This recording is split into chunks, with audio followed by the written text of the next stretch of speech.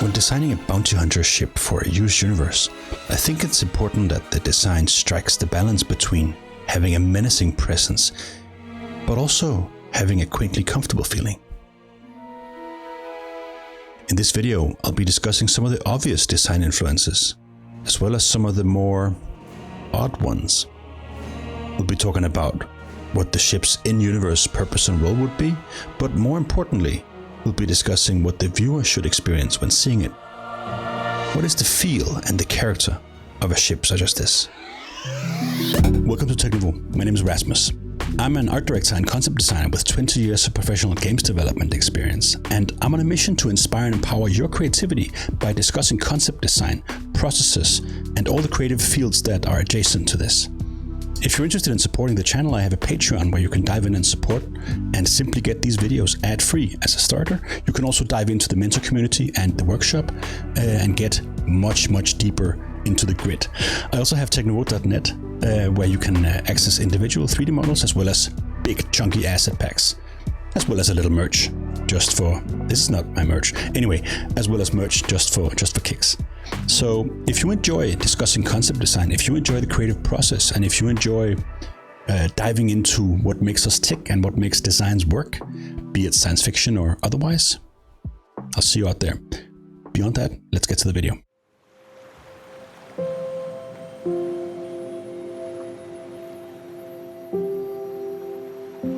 So here we are in Photoshop, and the first thing you'll notice is that I scaled up my cursor. I got some feedback that one couldn't see where my mouse was, so when I was talking and pointing, it was pointless.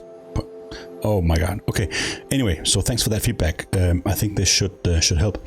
So you'll see here the first thing I did was I wanted to play with the sense of blueprints, and I just think it makes it hard to read. So even though I kind of like the look, I actually did this look instead. So more of a look that's a little bit easy to read when we discuss this ship here. So here it is, quite sleek, but also quite complicated and messy. And I think it's kind of important to get the vibe I'm talking about in the intro there. There's something about this, the complexity and the readiness of it that gives it this clunky feel. It feels like a workhorse. It feels like a tool. And I really like that sense of junky ships. I think that's why I'm drawn so much to used universe ships, be it classic Modelshop, Greebles type science fiction, or in particular Star Wars, where the aesthetic really lends itself well to jumbled together designs. But if we take the top look here initially, and we just look at it, there are a few things that jump to mind. Obviously, the initial cross layout of the ship. It's like engine, crossbar in the middle, and then this section here. It's really simple.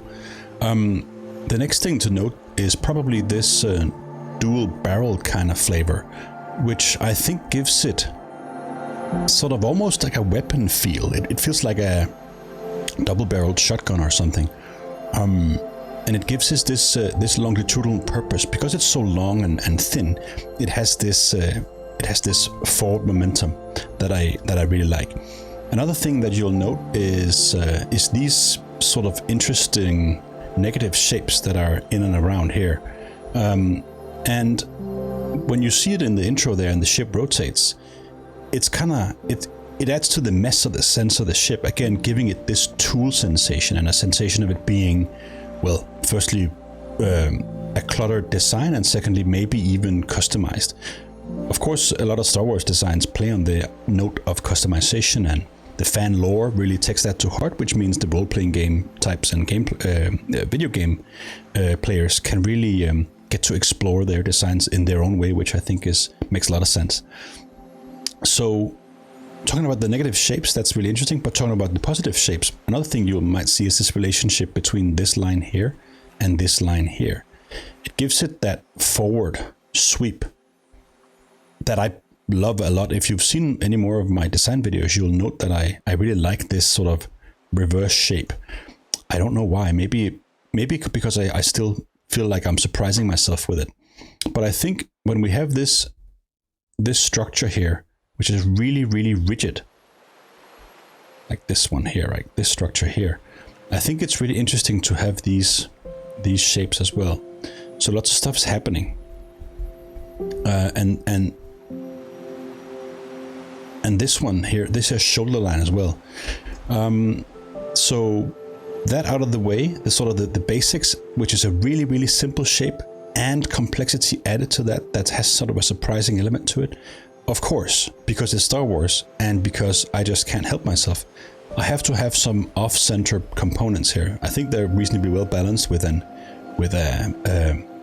airlock here and a radar dome here. You'll notice that this radar dome looks a little different from the one in the video clip because I can't help but iterate on a ship like this, and I just dive in and customize over time. So these winglets here, again, some people that see my stuff really hate that I add wings to things. They think it's stupid for spaceships and whatnot. But I felt it was important to give the ship a little attitude and a little character. You'll see here as well, these shapes are repeating, right? The engine intakes, the double intakes with the two turbine type intakes, and then the cockpit here. There's something funny about these shapes. They mirror each other, and it gives the ship calmness in what is otherwise this quite complicated and jumbled layout. You see the loading ramp from my little character here up into the main cargo hold, and then we have this ladder access here that can lead into the ship. We'll take a look at that a little bit later. So if we take a look at how this compares to, for instance, the Razor Crest, which is one of the key inspirators. I see this ship as being 44 meters. It's quite long, right? It's almost like Falcon-sized. The designers of the Razor Crest mentioned that they're inspired by both an A-10 and a Huey helicopter. So the Huey helicopter for the Razor Crest is quite evident in the helicopter shape, right? It's almost like you put a tail on and put a rotor on, and then cockpit area, and then this little door on the side. It looks like a transport helicopter. It looks like a Sea Stallion, actually. And that's quite clear. And so I think in terms of getting a design that really speaks clearly about its intentions, the Razor Crest is certainly one of those. Big, obvious engines, I have that as well. And then one of the things about the Razor Crest that's really interesting is that it almost has like a helmet face. It almost looks like Mando's helmet. Of course, the materials of the ship is chromed as well, which means it's his ship and it's his little face here, right? I mean, not literally, I know that, but that's certainly one of the flavors. What I was trying to achieve with my design over the Razor Crest, which it is partly inspired from, is a more jumbled, more messy design, but also a more dangerous design. One of the things that I feel about the Crest is that it is practically friendly in its design, and I think that probably makes sense if you're making a kids show. But I'm curious about the flavors that feel a little more dangerous, and of course, you know, the classic weapon feel, right? Sword over a double barrel shotgun is clear on this one. Like, we know James Cameron sort of invented the assault rifle in space with the Sulaco, but what I'm playing with here is something that feels a little bit frontier, like it's almost like the double barrel rifle becomes almost like a grandfathery, old-timey weaponization that adds it that balance between being really dangerous, but also having a little bit of a quaint comfort to it. So as for rolls, I have another render of it here. As for rolls, I think it's just a basic freighter, right? With access down the middle, and then you could imagine, let's say the ramp. Now I'm looking through the ship. The ramp comes up in the middle here. You can imagine this being storage inside. Here we have the airlock. In here we have a little room. I'll show you that later when we get to the 3D model. And then the cockpit is basically this. So it would be something like this, where you access up here. That's a little hallway. You can come into the storage. You can come into the cockpit. And then the storage would have sort of an access ramp here. Then probably some crawl spaces into here, maybe some servicing for the radar, maybe even crawl space access out through these so that you can access the engine modules out here, service them while flying or whatnot. So that's really what I'm thinking about the layout for the ship, interior layout for the ship. Again, here you can see the wings come out and give it this sort of knife-like little accent. And again, the angles, depending on the view angles that you see in 3D, we'll look at that in a second, it plays to these, you know, these angles here.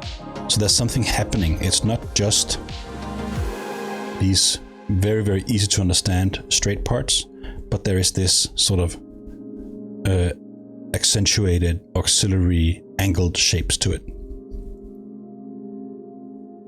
All right, if we jump into 3D, enjoy that big cursor so you can see what the hell I'm looking at. Here we have an alternate version of the ship. Yeah, all right, the same one as I just showed you. This is different from the one in the intro cut.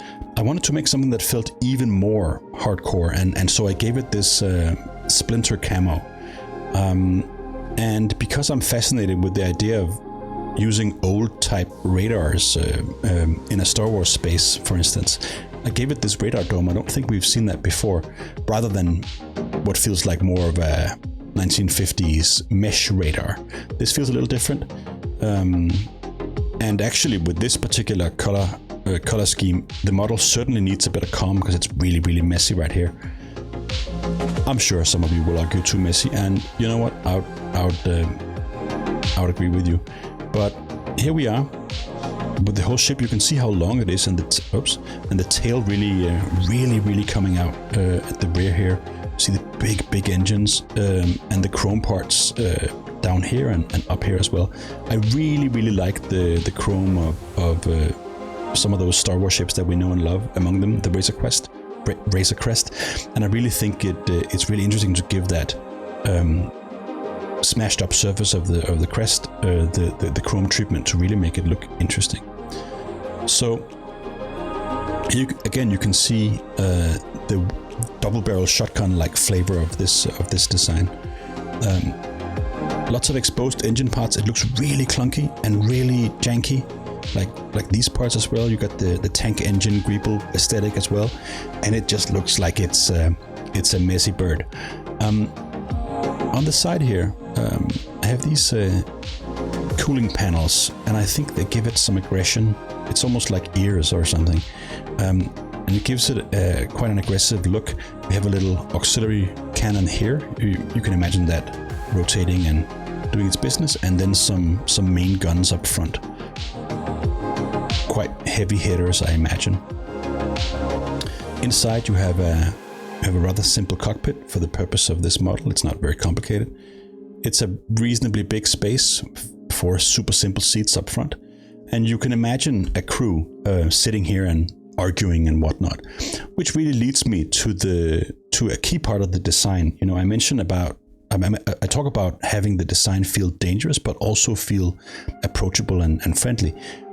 Of course, a crew like this, having this transport, having modified it to pirate or bounty hunter duties, you can see them being a ragtag dysfunctional family of members, and you can imagine the drama going on here. We remember Firefly, we know the Falcon, lots of examples of these types of scenarios where you have a small crew, 2 to 5, I guess, and having their dynamics play out on the interior of the ship, and the ship representing their unit, right? Helter-skelter jammed together against the odds, doing dangerous jobs. And so I think what's fun about this stuff is imagining a space where that drama could unfold. Again, as I mentioned, really low res this stuff, so we shouldn't really fly in there. It's made to be viewed from the exterior, but you can sort of imagine having some of that drama in here, I think. Again, access ramp. I got a little BMS dude here for scale, and then this auxiliary ladder. It's almost to give it that very grounded feel of a metal ladder leading up into the ship. If we push this guy in here in the doorway, we can go visit. I guess you have to bend your head in here to get in. It's really dark though. Let's add some light. Oops.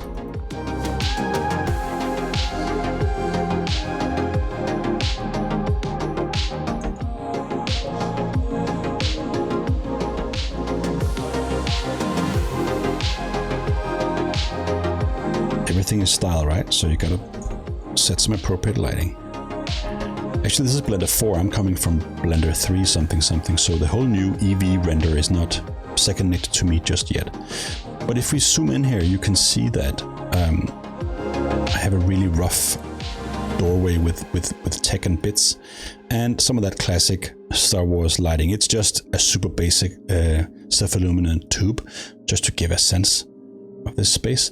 And then on the interior, here's where we have this access port to the storage, and over here to the cockpit. I haven't really detailed it out because it isn't really meant to be seen from anywhere else but the outside here. But again, in terms of drama, right? One space here, hallway here, and storage space out here. You can imagine doors closing, people discussing things here in secret that the people in the cockpit aren't supposed to hear and whatnot. So you can imagine a whole bunch of drama playing out here. I really like that complex interior layout that lends itself well to drama among the crew. One of the flavors I'm getting when I'm seeing this, it's almost like a missile launcher or something mixed with an RV, right? It has that clunky, chunky, messy feel, militaristic feel, but you can imagine landing on a desert planet, putting out your drapes here. Actually, let's just explore that idea. Yeah, okay. Using a computer for the first time. You can imagine, maybe you put some drapery on here, right? And some sticks. And you can sit here with your goods and stuff and hang out. Maybe you have a little sun chair.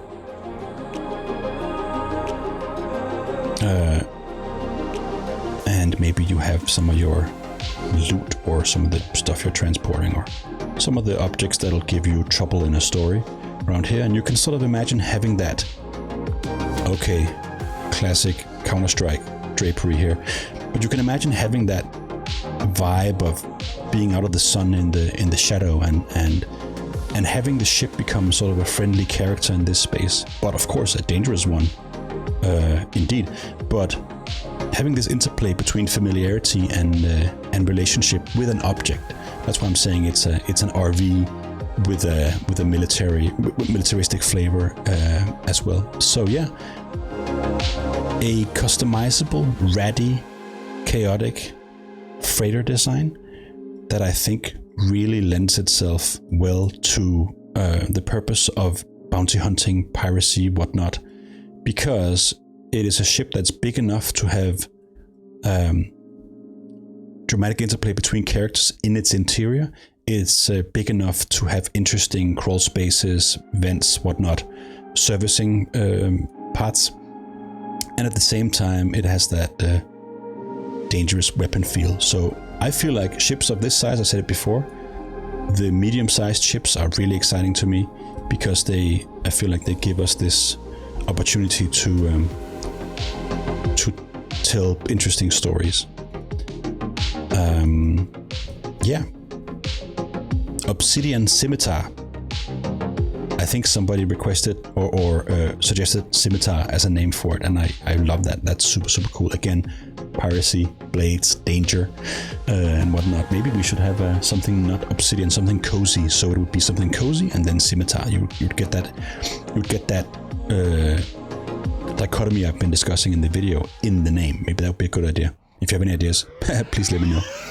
So yeah, I'm trying to strike that balance between danger and comfort that a craft like this should have, provided that you're going on an adventure with the crew. So really, really fun task. One of my favorite topics, having that helter-skelter feel in a ship that becomes a character unto itself. And let's take a look at a few more work in progress renders, and so on and so forth. And then beyond that, see you next time.